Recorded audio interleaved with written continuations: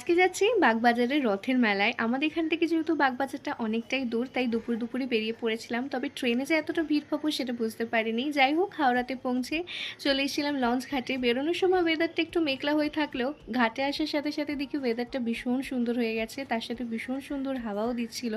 লঞ্চটাও আজকে একদম ফাঁকা ছিল, তাই সুন্দর বসার একটা সিট পেয়ে গিয়েছিলাম। তার সাথে প্রত্যেকবারেই যখন হাওড়া ব্রিজের নিচ দিয়ে পাস করি, তখন প্রত্যেকবারই একটা আলাদাই অনুভূতি কাজ করে। বাগবাজারে নেমে দেখলাম সেখানে তো বেশ ভালো ভিড় রয়েছে, কারণ যেহেতু শনিবার ছিল তাই বিপত্তারিণী ব্রত করতে এসছে অনেকে। অনেকটা তাড়াতাড়ি পৌঁছে গিয়েছিলাম। মেলায় ঢোকার আগে একটু লেবু জল খেয়ে নিয়েছিলাম রিফ্রেশমেন্টের জন্য। আমি লেবু জল খেতে প্রচণ্ড ভালোবাসি। প্রত্যেক বছরই আমার ভীষণ ইচ্ছা থাকে যে আমি বাগবাজারে ঠাকুর দেখতে আসবো, তবে কোনোবারই আমার হয়ে ওঠে না। কোনো না কোনোভাবে আমার তো মিস হয়ে যায়। তবে এবারে ভেবেইছিলাম যে দুর্গাপুজোতে আসা হয় না তো কী হয়েছে, রথের মেলায় আমি অবশ্যই আসবো, তাই জন্য চলে এসেছিলাম। অবশ্যই এটা প্রভুর ডাকেই আসা হয়েছে হয়তো। গিয়ে দেখলাম একটা ছোট্ট লাইন পড়েছে, তো আমিও দাঁড়িয়ে পড়েছিলাম লাইনে। একদম সামনে থেকে প্রভুর দর্শন করেছি।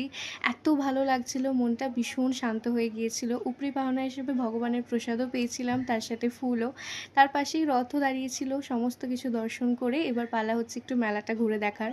প্রথম দোকান থেকেই তো আমি পছন্দ করে একটা কানের কিনে ফেলেছি, কিন্তু এই যে মেলায় ঢুকলে আমি কানের লোভটা একদম সামলাতে পারি না। এই দোকানটায় তো গিয়ে আমি ছোটোবেলার কথা মনে পড়ে গিয়েছিল। আর মেলায় এসেছি রথের মেলায়, সেখানে এসে জিলিপি খাবো না তা তো হতেই পারে না। ওই পাশেই ফুড কোর্ট অ্যান্ড লাইফস্টাইল ছিল, সেখানে ঢুকেছিলাম। তবে প্রাইসগুলো একটু হাই ছিল বলে ওখান থেকে আর কিছু সেরকম কিনিনি।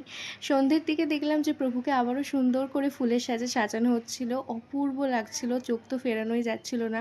দর্শন করে বেরিয়ে আসার পথে দেখলাম মেলায় আস্তে আস্তে ভিড়ও বাড়ছে। বাগবাজার গিয়েছি, বাগবাজারের ফেমাস কোনো ফুড ট্রাই করবো না সেটা তো হতেই পারে না। তাই চলে এসেছিলাম হটথাই মোমোতে। এখান থেকে নিয়েছিলাম আফগানি মোমো, আর এটা খেতে মারাত্মক ছিল। সন্ধে হওয়ার সাথে চলে এসেছিলাম আবারও লঞ্চ ঘাটে। এই সুন্দর দৃশ্য দেখতে দেখতে ফিরছি এখন বাড়িতে। আজকের জন্য এইটুকুই, বাই।